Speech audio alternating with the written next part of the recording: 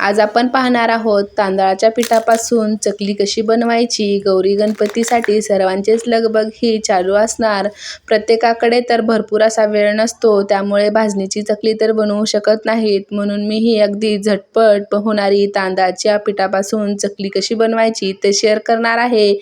इथे मी 4 वाट्या तांदळाचं पीठ घेतलेलं आहे। तांदळाचं पीठ कोणतंही घेतलं तरीही चालेल, फक्त तांदूळ जुना असला पाहिजे।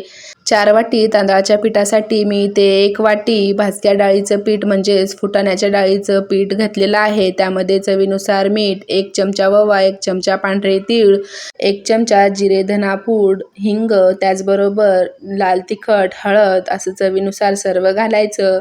व इथे अर्धी वाटी तेल घेतलेलं आहे। तेल छान कडकडीत गरम करून घ्यायचं। गरम तेलाचं मोहन घालायचं। सुरुवातीला चमच्याने मिक्स करून घ्यायचं व नंतर हाताने छान पीठ चोळून घ्यायचं। या टेक्स्चरचं पीठ होतं। त्यामध्ये गरम पाणी घालून छान पीठ मळून घ्यायचं।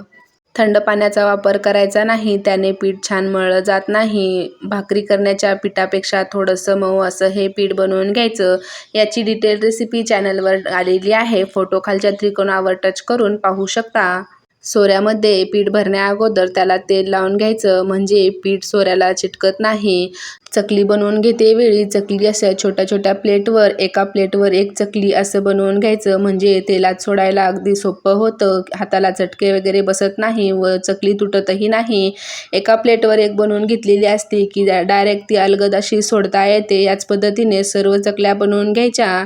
चकल्या बनवून झाल्यानंतर तेल कडकडीत असं गरम करून घ्यायचं। संपूर्ण बुडबुडे बंद होईपर्यंत एका साईडने व परत दुसऱ्या साईडने तळून घ्यायचं। इथे आपल्या खुसखुशीत व काटेरी अशा बिना भाजणीच्या चकल्या बनवून तयार झालेल्या आहेत।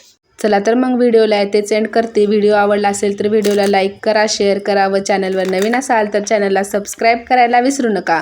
भेटूया अशा छानशा व्हिडिओसोबत, तोपर्यंत बाय बाय।